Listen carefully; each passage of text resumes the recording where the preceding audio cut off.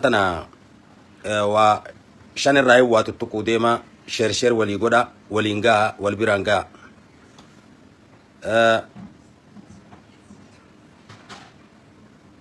qalbi nama darre diana warata ziyatif nama jibbiti jani nuti namallen tuyto oromoni namallen geysu qabenya namallen samtu danga namatille insamtu biyya namatille hinbarbaddu tafimo dabarsiten kennitu tokko wanin arra irra garte damse isini dabarsu deemo oromo sanin irra isini tokko damsa hala yaro amma irratti ABO-WBO dabarsan kan hayyonni fi namoonni garagara tarreeffama 16 qabu irratti walgaanii isaanitti waa kennatan itti kennannee jan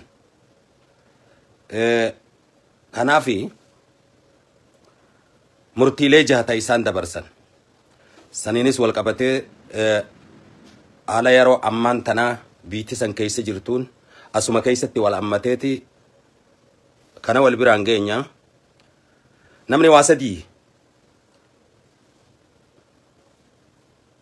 sadii hiyaadanne hogguma takkallee wanne inni dalaguus galaman geessuuf galii imaammatees ga'uu hin danda'u tokko waan dabarse lama taamma keessa jiru sadaffata fuulduraa namni hin tilmaamne waan fuulduraa rabbiitu beeka kanaaf wanni jechuu barbaade tokkoffaa ABO-WBO ibsa gartee isaan ilaalchisee kennan sanee fi haala biyyattii walii qabeetii waa jechuu barbaade gaarii wanni isaan dabarsanii waan gaariidha eebbifamaadha warri itti kennatees waan gaariidha itti kennatan ABO-WBO'tti garuu dandeettii akkasii ni qabanii wanni kun ifumaaf ka'anii dalagammoo mootummaan yaamicha godheef moo wooma mootummaan godhaa jedhaniin godhan wanni tun duudduudha ifa namaan baatu sababni isaa ABO-WBO'n achuma keessa jiran arra haalli biyya sanii haala ulfaataa irra waan jiruuf waa hunda ifii qopheessanii isaan itti yaaman kun ifa galaadha isaan dhiisi namoonni biraatu waan godhuu hin danda'an ABO walgeesse KFO walgeesse waajira tokkoon qaban waajirri isaanii cufaadha ammoo warra karaa nagayaatiin qabsaa'u achuma jiran humaa godhuu hin danda'an waan isaan godhaa jedhaniin qofa godhan waan isaan dalagaa jedhaniin qofa dalagan ammoo dhaaba siyaasaadha kan saba tokko bakka bu'e bara dheeraafis achuma jiran kaleessa hogguu rakkoodha kaarra hogguu rakkoon dhalatte waan if duratti tilmaamaniif isaan hogguu yaammatan rakkooleen biyya sanii eega mootummaan kun qabatee fi as jidduu mootummaan Abiyyi Ahmadiin durfamu biyya san qabatee isaanuu ibsa isaanii keessatti dabarsan keessattuu waa lama namni bobba'ee galuu dadhabee duuti namaa Oromoo irraa akka dhaabbattu namni akka nagaan bobba'ee galuu fi daangaa Oromoodhaa dachii Oromoodhaa taciramte akka gartee waan kana irratti hojjetan itti kennannee jan hayyoota walgeessanii fi abbootii gadaatii fi haadha siiqqeetii fi warra abbootii amantii islaama kiristaana waaqeffata isaani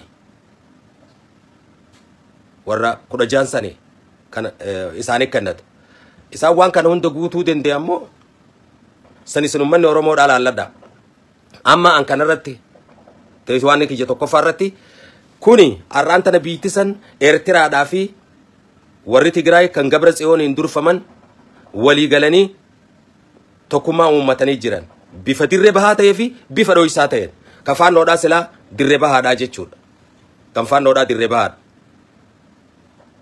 eenyuuf qophaawanii eeysa deeman galiin isaanii eenyu manni isaan itti deeman eenyu qe'een isaan dirree waraanaa godhuu deeman eeysa bakki barbaadanootami kana isiniifis ifaadhaa jechuudha haa ta'u hogguu kun dhalatu arra warreen ABO'dhaa fi KFO yaamanii fitte yaamanii waan kana godhaa tokkummaa uummatanii mootummaa naannoo Oromiyaadhaatiitu afeeree gaafa duraa jaanii jiran booda ammoo amman tana gartee isaanumaa fi warra hayyoota sani gartee kan walgayii san irratti waan guyyaa lamaaf moo sadiif wajjin haasawanii murtii dabarfatan rasaasa walitti harkisuu qofa wanni hafe ammas nuti mootummaa gartee ummata Oromoodhaa daangaa keenya ka cirame hin deebisin Kan ammoo deebi'eetu gartee Oromoo kalee wareegamtee aangotti isaan fidde. Arraan tana bakka iyyutti namni bobba'ee galuu dadhabe. Hogguu rakkatannee haammatanii jechuu. Anaafi ummanni Oromoo qixxee waan abbaan laallatu dubbiin tuni garam deemtee egereen biyya tanaa maal taati? Waan dhalatu kanaaf Oromoo noo qophii akkam qaba? Ishuma firraa jechuufillee qophii akkam qaba? Sababni lolli kun ammatti ka'uu deemuun markaba sadii ka meeshaa gurguddaa fe'ee deemu duroonii dabalatee mootummaan Eertiraadhaa qilleensi dhiibee baara isaanii naqee qabdee jirti. Manguddootti erganii jira manguddoodhaan gartee borukka deebi'ee nuun dha'uufitti kenninaa ijanii didan. Amma gaa kanaafi sababa kanaati wareegamni hin barbaachifne. Kan kalee gartee warri kalee lola Itoophiyaadhaa fi Eertiraa jidduutti ta'een qaamaa irratan kan hin qabsatin. Lolli karee gartee guuzetti yaammatanii namuma biyya fi dhawan kan Tigraay ka miliyoona tokko haga'u namni dhume lubbuun baate qaamni irrate odoo madaan sanuu hin qoorin haara itti lola madaatiif qophii godhaa jira mootummaan Itoophiyaadhaa. Kanaafi lolli kuni gara inni deemu bakki inni deemuuf Oromiyaadhaa jechuu dachiin jiidha qabdu achi. Wareeyni hoo gartee biyya teenyaatu weerarame jechuun lolchiisuu deemanis Oromoodha. Sigalee kanaaf Oromoon mataa ifiitiif amma qophii akkam qabdi? Akka warra siyaasaattis akka hawaasa Oromoottis qophii akkam qaba? Namaan daguudhaaf maal godhan? Labseen maanta nagartee namni dhumaa jiru kun akka gartee dhumaatiin uummata irraa dhaabbattu namni nagaan bobba'ee akka galu daangaan Oromoo kan cirame dirree dhawaa Finfinnee akkasumatti bahaa dhihaa kaabaa kibbaa dachiin Oromoodha Matakkal kana hunda kaasanii jechuudha. Kun waan saba kanaan dogoggorsuudhaaf afaan faajjeessuudhaaf waan dhiyeenya kana dhalate Oromoo bahaa dhihaa kaabaa kibbaa kaatee dirree dhawaan dachii Oromooti qubsuma ilmaan afran qallooti tuqamuun ta'u jettee Oromoon bahaa dhihaa sagalee takka awwaa dabarsinaan haalli kun amma nama daguudhaaf sossobanii tottolchanii guyyaa dabarsuudhaaf nama keessatti akka torbaanuma tokko Oromoo wacceef irraa calliftiisan amala nuu godhanii dalagaa teenya nuu godhanii waan keenya qabeenya nuu godhanii sanitti jiranii jechuudha.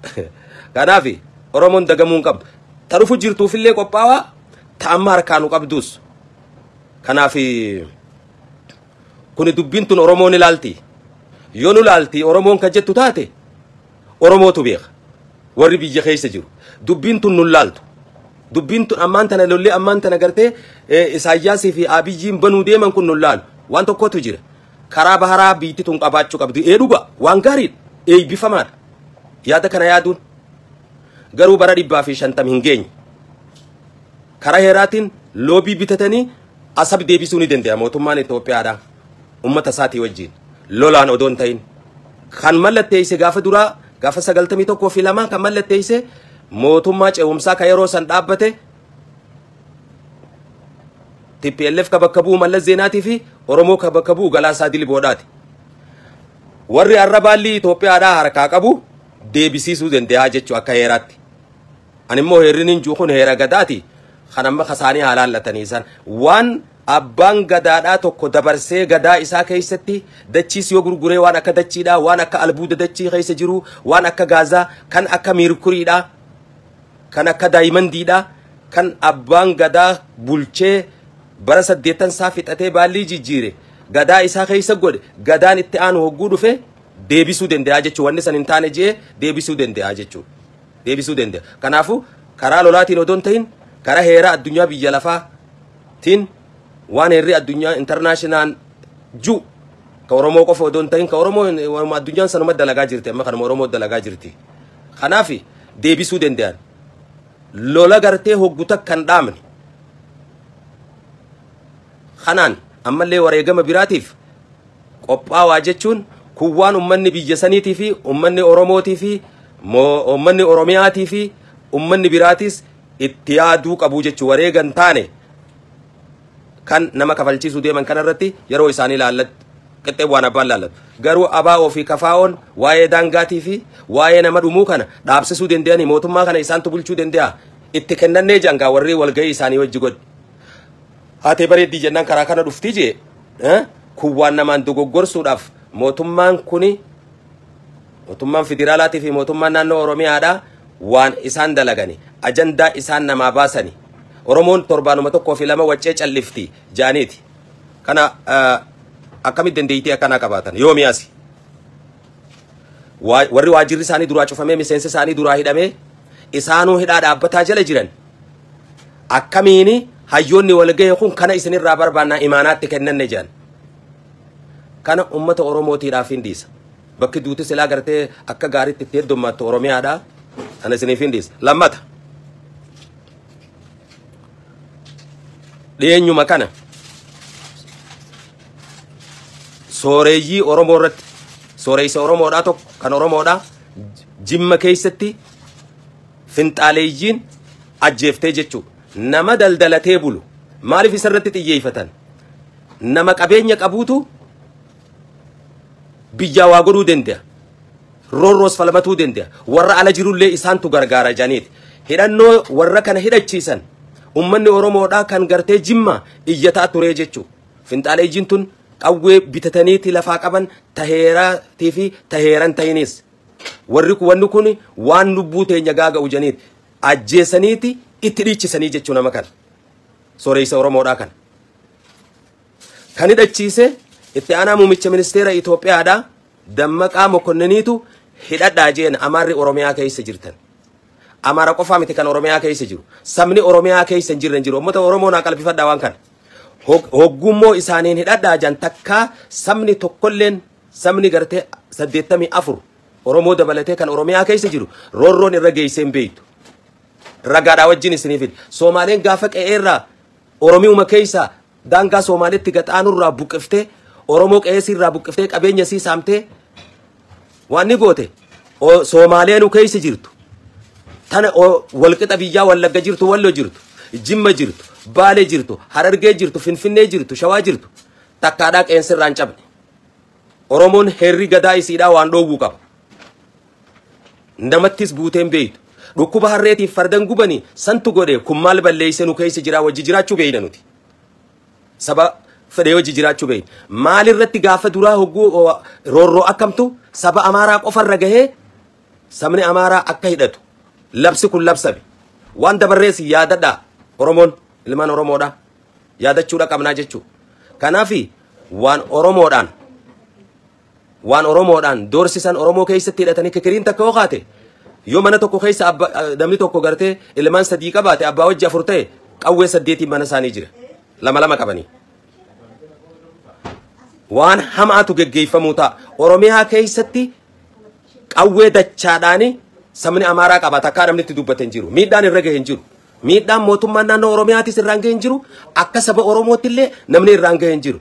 Akka dhaaba siyaasaattillee warri bilisummaadhaa fi birmadummaa fi Oromootii fi walabummaa Oromootiif qabsoo godhulleen takkaatti hin gufanne qabeenya isaaniitiin tuqa nama isaaniitis ka tuqa hin jiru. Roorroon addatti isaanirra geessee dachatti qawwee hidhadhaa jedhaniin kun eessaa dhufte. Eega namni kun du'e qawwee isaan itti hidhani. Mana mootummaa keessa ka biyya san bulchuutu hidhadhaa jeen arra sooreyyii Oromoo ajjeesaa jiran. Wanni kana godhaniif qaroo Oromootii fi qabeenya qabu wanni ajjeesanii fi doomaa fi hiyyeessa walitti hambisaniiti akkan sossoone jiilchuu waan juuf deem. Kanas mootummaan harka keessaa qaba ummanni Oromoo akkasitti hubadhaa. Abiyyiin Jimma bashaasha dhalateedhaaf waan tokko wanni isaanii godhe hin jiru. Oromoofis wanni godhe hin jiru. Ummata biyya saniitiifis wanni godhe hin jiru. Gadaasaa keessatti manni murtiidha herri jiru. Herri kabajamu waan tokkotu milishaa tokkotu nama ajjeesa. Hogguu ajjeesa yaada shanee qaba ji'ee barreessa. Koree nagayaa jedhanii dura ta'an koree nagayaa kun muummicha ministeera Itoophiyaa Dr. Abiy Ahmed. Ilaa haga araddaa akka jiru isaan ajajama. Nama ajjeesanii sin gaafatama. Nama manni murtii gadhiise.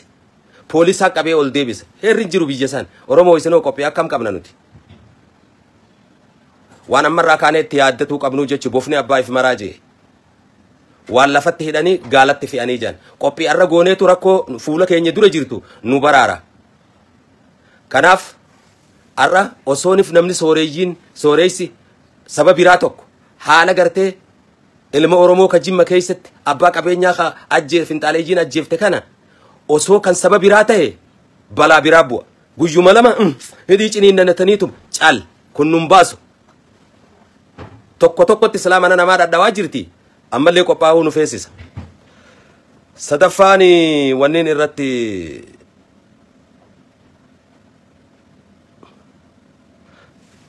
saamicha ummata Oromooti Oromiyaa keessatti geggeeffamaa jiru. Saamicha kana biyya tana mootummaa jira, heeraa biyya tana jira jechuun hin danda'amu amma. Naannumaan ani itti dhaladhe dheenja kana galgala nama hukkaamsanii makiinarraa buusanii nama hukkaamsanii naannoo mataa haraatti warra asabootii fi mi'eessoo irraa bahe kan nuti beeynu